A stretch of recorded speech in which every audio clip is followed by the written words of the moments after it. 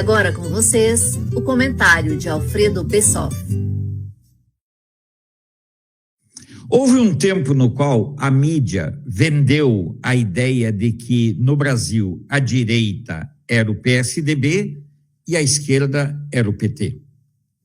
Foram tempos de muita enganação, criando um cenário para o Teatro das Tesouras tão bem definido por Olavo de Carvalho.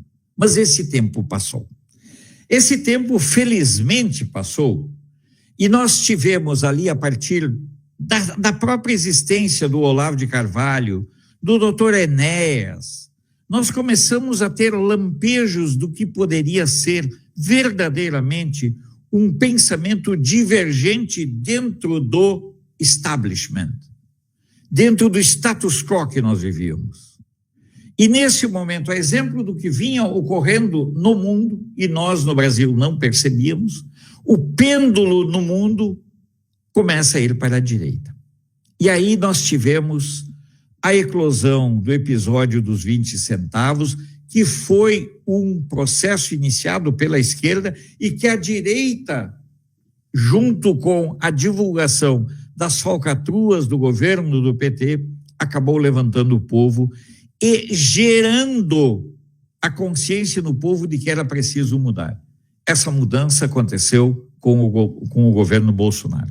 No entanto, o governo Bolsonaro não seguiu o roteiro desenhado, desejado pelos meios de comunicação e pela própria esquerda condescendente. O governo Bolsonaro resolveu não aceitar participar do jogo espúrio.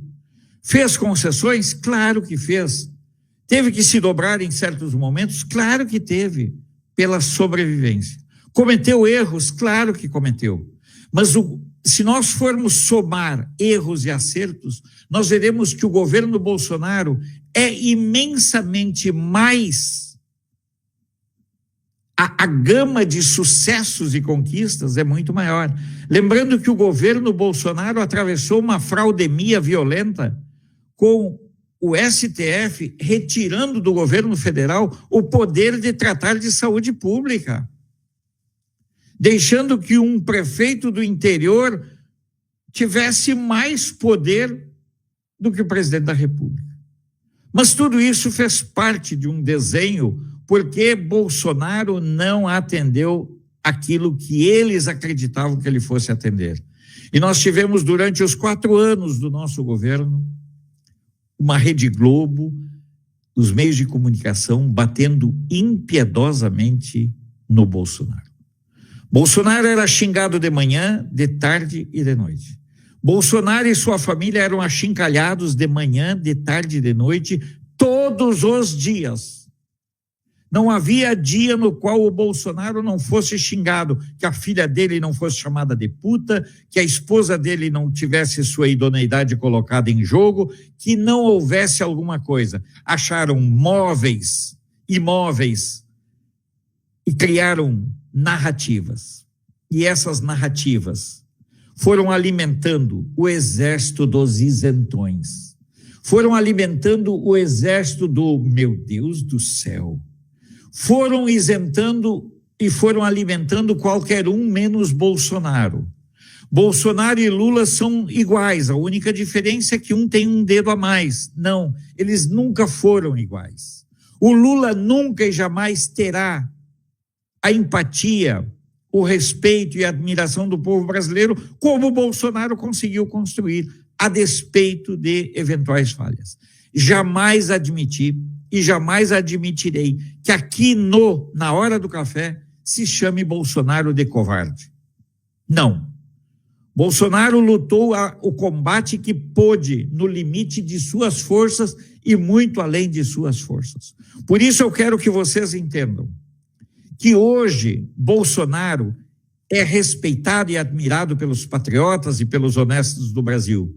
E ele é profundamente invejado pela esquerda. A esquerda inveja Bolsonaro, odeia Bolsonaro, porque o ódio é uma forma exacerbada de inveja e de ciúmes. Tenham certeza, eu jamais odiarei o Lula ou um petista. no máximo, eu terei dó, piedade deles. Então, observem que a esquerda odeia o Bolsonaro, porque o ódio é essa manifestação incontida de inveja, ciúmes e impotência.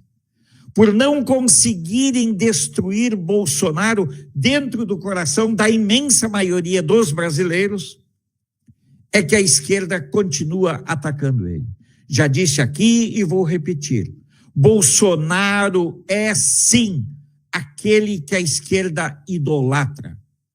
Cada vez que o Lula está ameaçado no seu poder, no seu reinadinho de terror e roubalheira, ele diz, vocês querem me derrubar? Tudo bem, então vamos chamar o Bolsonaro. Prestem atenção como isso é importante para nós entendermos o que estamos vivendo. O Lula, inclusive, está dizendo, olha, se for para impedir a volta do Bolsonaro, eu sou candidato em 2026. Pessoal, talvez nós, do campo conservador, não tenhamos noção da grandeza do Bolsonaro. Talvez nós não tenhamos noção do papel que o Bolsonaro tem, ao contrário do papel do Lula. O papel do Lula é centralizado na figura dele. O Bolsonaro fortalece o surgimento de novas lideranças. Essa é a diferença. Eu vou pegar um exemplo. Pegue o exemplo dos Estados Unidos. O Biden está indo embora. Quem os democratas criaram para sucedê-lo? Uma louca que nem a Kamala? Deu no que deu. No Brasil, a esquerda não tem ninguém para o lugar do Lula. Morreu o Lula, acabou o PT e acabou a esquerda durante um bom tempo. Veja bem o quantum de novas lideranças surgem do campo conservador em todo o Brasil. Não olhem apenas para os resultados eleitorais. Observe o surgimento de figuras como o Zucco, como a Carol Detone. Observem, mesmo aqueles que não têm mandato e que estão trabalhando. Veja o caso da menina lá de Curitiba. Observem, nós estamos gerando o futuro. O Nicolas. Saiu uma pesquisa agora que os jovens brasileiros estão indo para a direita, a esquerda está perdendo a hegemonia dos jovens. Olhem o avanço que nós conseguimos em Porto Alegre com a aprovação do projeto de lei da escola sem partido nas escolas municipais de Porto Alegre. Então, meus amigos, e tudo isso é fruto do Bolsonaro. É por isso que a esquerda inveja e odeia o Bolsonaro. Porque é um sentimento de impotência. Porque eles estão todo esse tempo, desde aqueles tempos em que o Lula sentava de calçãozinho no colo do Golbery. Eles foram formando a imagem do Lula desde 1975, 76, 77, para chegar na presidência. Nós teremos que fazer essa reconstrução. Vamos começar pela nossa família. Vamos reconquistar nossa família. Vamos começar pelas coisas do nosso cotidiano, valorizando o comércio do nosso bairro, valorizando as relações humanas, voltando-nos cada vez mais para Deus, reconquistando nossas igrejas, tirando o relativismo das nossas igrejas. Quando se relativiza a existência do pecado, do inferno, quando se relativizam os 10 mandamentos, peraí, então nós temos que também reconquistar nossa igreja, reconquistar nossas escolas, nossas associações de moradores, termos a atuação ativa na vida política, nos dispondo a ser candidatos, construindo candidaturas, sendo fiscais, sendo vigilantes no processo político. Eleição, participação política não pode se resumir no dia da votação ou no ano eleitoral ou no período eleitoral. Tenhamos ciência disso, de que a esquerda inveja Bolsonaro e odeia Bolsonaro, porque é a forma que eles têm, na estupidez mental da esquerda, de admirar o trabalho que a direita vem fazendo. Não vamos desistir. Não vamos perder a fé, porque a fé a gente só pode ter em Deus. A minha esperança está apenas e tão somente em Deus. Eu não tenho esperança no homem. Eu tenho confiança de que, juntos e fortalecidos, nós poderemos conquistar muitas coisas. Mas, pessoal, vamos parar de terceirizar nossa responsabilidade para termos efetivamente uma ação política continuada e de intervenção diária e cotidiana em nossa vida e em nossa comunidade. Resgatar o Brasil será uma árdua tarefa e que depende do nosso comprometimento. O lado de lá sabe o nosso poder.